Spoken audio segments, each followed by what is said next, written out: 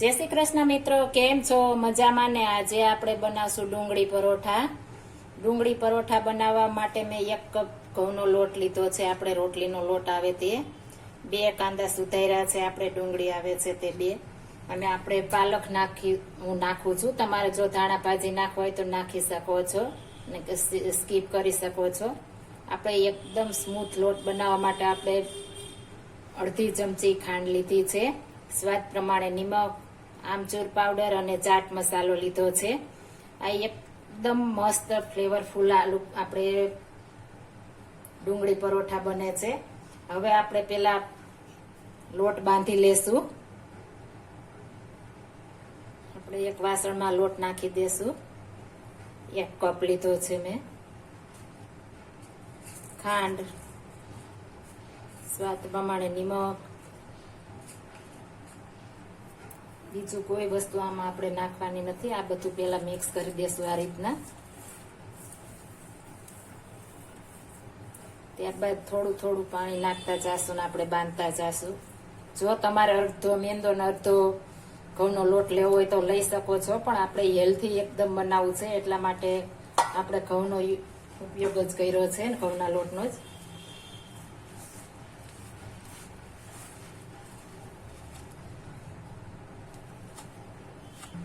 આપણે લોટ સરસ બંધાઈ ગયો છે. હવે આપણે તેલ વાળો કરી લેશું. થોડું એવું તેલ નાખીશું.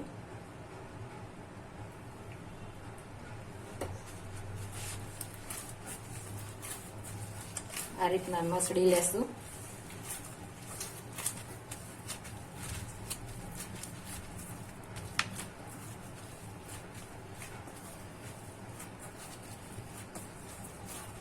હવે આને 10 મિનિટ માટે ઢાંકીને રહેવા દેશું. 10 મિનિટ સુધી આપણે રેસ્ટ લઈએ, ત્યાં સુધીમાં આપણે ડુંગળી મસાલો તૈયાર કરી લેશું. આને સાઈડમાં મૂકી દેશું આપણે. હવે ડુંગળીમાં આપણે મસાલા નાખીશું. આમચૂર પાવડર, ચાટ મસાલો, સ્વાદ પ્રમાણે નિમક, 1 ચમચી ધાણા જીરું પાવડર, સેજ 2 ચપટી હળદર, 1 ચમચી લાલ મરચું પાવડર નાખીશું, અડધી ચમચી હિંગ. ત્યારબાદ આપણે પાલક નાખી દેશું. બધું આ રીતના મિક્સ કરી દેશું. આ મિક્સ કરશું એટલે બધી આપણે છૂટી ડુંગળી પડી જશે ને એકદમ મસ્ત મસાલો થઈ જશે. તમે જોઈ શકો છો એકદમ મસ્ત આપણો મસાલો તૈયાર થઈ ગયો છે. પેલા આપણે આ રીતના મસળી લેશું. આપણે 10 મિનિટ થઈ ગઈ છે. હવે આને આપણે ફરી મસળી લેશું. આ રીતના એકદમ સ્મૂથ કરી લેવાનો છે એટલે આપણે ડુંગળી પરોઠું એકદમ મસ્ત બને.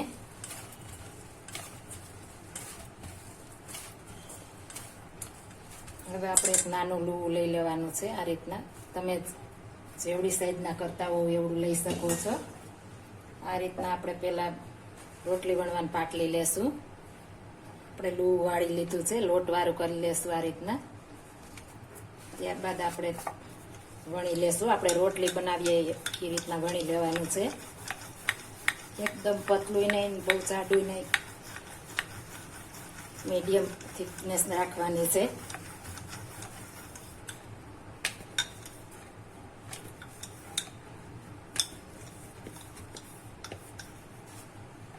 તમે જોઈ શકો છો આ રીતના થિકનેસ રાખવાની છે. હવે આમાં આપણે ઘી લગાવી લેશું. એકદમ સરસ ઘી લગાવવાનું છે.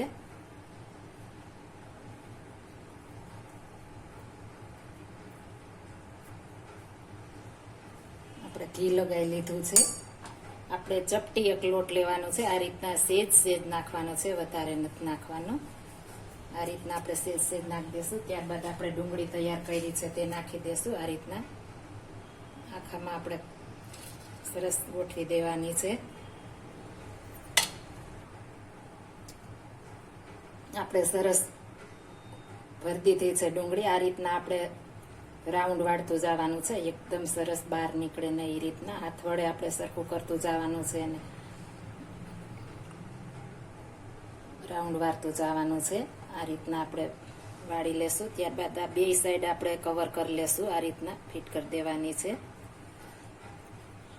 હવે ઉપર એક આપણે માઇનર ચેકો મારવાનો છે.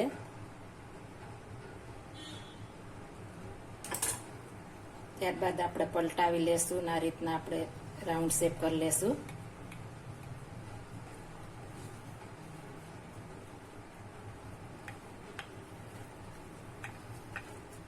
સેજ હાથ વડે આપણે વજન આપી દેશું. હવે ઉપર સેજ એવો આપણે લોટ નાખીશું. હળવે હાથે આ રીતના પ્રેશર કરીને આપણે હળવે હાથે વણી લેશું. આ રીતના એકદમ મસ્ત. આ પરોઠું તમને લીલી ચટણી સાથે, ખજૂરની ચટણી સાથે બહુ જ મજા આવે છે ખાવાની.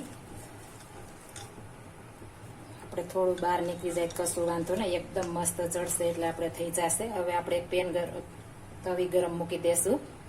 આપણે એક તવી ગરમ મૂકી દીધી છે. હવે તેમાં આપણે ઘી નાખીશું.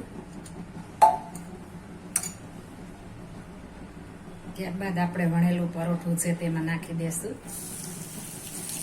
ઉપર પણ આપણે ઘી લગાવી દેશું. એકદમ ધીમે ગેસે હવે ચડવા દેવું. તપી જાય આપણે લોટી એટલે આપણે ધીમું કરી નાખવાનું છે. એકદમ ધીમા તાપે ચોળવવાનું છે એટલે એકદમ ક્રિસ્પી થશે. આ રીતના આપણે ઘી સરસ લગાવી દેશું. ઘીથી ફ્લેવર પણ મસ્ત આવે છે અને ક્રિસ્પી પણ મસ્ત થાય છે.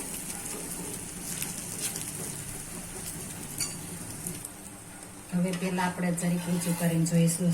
સરસ ચડી ગયું છે. હવે આપણે સાઈડ ફેરવી નાખીશું. તમે જોઈ શકો છો એકદમ મસ્ત આપણું થેપલા ડુંગળી પરોઠાની તે સુગંધ આવે છે. સુગંધ આવે, ખાવાનું મન થઈ જાય એટલું મસ્ત સુગંધ આવે છે. આપણે ફરી સાઈડ ફેરવી નાખીશું. તમે જોઈ શકો છો એકદમ મસ્ત આવે છે. ડિઝાઇન પડી ગઈ છે અને ક્રિસ્પી પણ મસ્ત થઈ ગયું છે. હળવે હાથે આપણે આ રીતના આપણે વજન દેશું એટલે એકદમ મસ્ત થઈ જશે.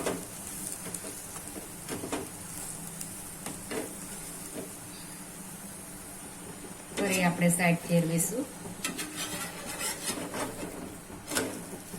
એકદમ આપણે લચ્છા પરોઠા જેવા થયા છે. તમે જોઈ શકો છો ફરતો આપણે ડિઝાઇન લચ્છા પરોઠામાં પડે એવી જ પડી ગઈ છે. આપણું મસ્ત પરોઠું તૈયાર થઈ ગયું છે. હવે આપણે સર્વિંગ પ્લેટમાં કાઢી લઈશું. ગેસ બંધ કરી દેશું. હવે આપણે પ્લેટમાં કાઢી લઈશું. તમે જોઈ શકો છો એકદમ ક્રિસ્પી આપણા પરોઠા બની ગયા છે. એકદમ સરસ સોફ્ટ પણ એટલા મસ્ત બને છે. તમે જોઈ શકો છો એકદમ મસ્ત આપણા પરોઠા બની ગયા છે. હવે આપણે આને સર્વ કરીશું. જો આ મારી રેસીપી પસંદ આવી હોય તો મારી ચેનલ લાઈક, શેર અને સબસ્ક્રાઇબ કરી દેજો. ફરી મળીશું નવી રેસીપી લઈને. જય શ્રી કૃષ્ણ.